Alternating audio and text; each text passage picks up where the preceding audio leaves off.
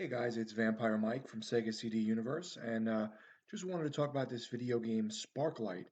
This is an indie roguelite Zelda type game that is on the Nintendo Switch, the PS4, and as you see here, the Xbox One. This is on the Xbox One at least $8.99 used and $9.99 new at GameStop. My wife had a $10 GameStop gift card, so she got me this. We picked it up from the store, and I'm enjoying it. It is a retro throwback looking game that plays most similar to like a Zelda game, probably the Super Nintendo version.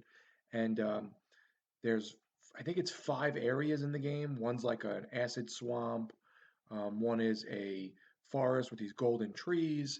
You get the point, and you get dropped off there. And the point of the game is to do a run every time you play the game and get new items for your character to equip, get money to upgrade facilities in the main hub world, buy new things, defeat bosses, do little challenges. You can even gamble a tiny bit. There's this little room on each of the maps that you can go in and gamble $10 and then pick a box, and whatever box has something in it, you win money. Um, it's a fun little game. It's definitely meant to be played in spurts. I wouldn't say like I would sit here for 4 hours playing it, maybe an hour or so. You do a mission, you try and beat the boss. You may take a couple of runs at it. Um, there are three difficulty levels. I believe it's like beginner, or no, casual, normal, and then hard. I think you unlock hard after you beat it, but I have yet to beat the game. I have two levels left out of the five, so I've done three bosses so far. Each of the bosses are unique in that you have to follow maybe a pattern or a certain way to hit them to destroy them. Like the last guy was a scuba diver, and he comes out of this like kind of mucky water, and you can hit the bottom of him, but then he hides himself, and then he lets out these like lasers and these little globby bombs, and you have to sort of go around without getting hit by the lasers. And then eventually he comes back up to the surface again, and then you could hit him. And you have to, really take your time to walk around the lasers, and like, if you die, you lose all your little pickups. You don't lose your money, which are called, I think, Sparklites, just like the name of the game. And you don't lose your patches that you equip to upgrade your character. There's lots of little nuances where you can upgrade your little hub world, and then each of the little shops does something different for you. Like you can build different items that you find that you can get blueprints for. You can go to a store and buy things. You can buy patches for your equipment. There's all different things like that. So it's got a little bit of a depth to it, but fairly simplistic game. I think it's probably made for someone who wants to get into roguelike type games and likes Zelda. But if you put it on casual, which is what I'm playing it on because I don't have the time to really sit there and bang my head up against the wall over and over right now. Um, it's not that hard. You may take a run or two extra at like a boss, um, but once you figure out the patterns, it gets much easier.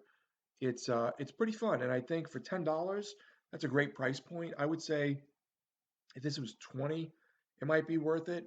I wouldn't go higher than that, but it's a fun little game. If you're a Zelda fan, you'll probably like it with the old-fashioned kind of top down, running around hitting things with your sword, except in this it's a wrench. You also have like a little partner that's like a tiny robot that you can control with a joystick in the game, and he can pick up items from the ground and suck up like mud and spit out these things for you to hit and get more money. Um, he can do like little things to kind of help you. And the robot can be played by the second player if you want to play co-op. It's not nearly as engaging as the single player game or the first player because that's where all the meat of the game is. But you can have like your friend run around with the robot and like pick up little items for you or light the way in like caves.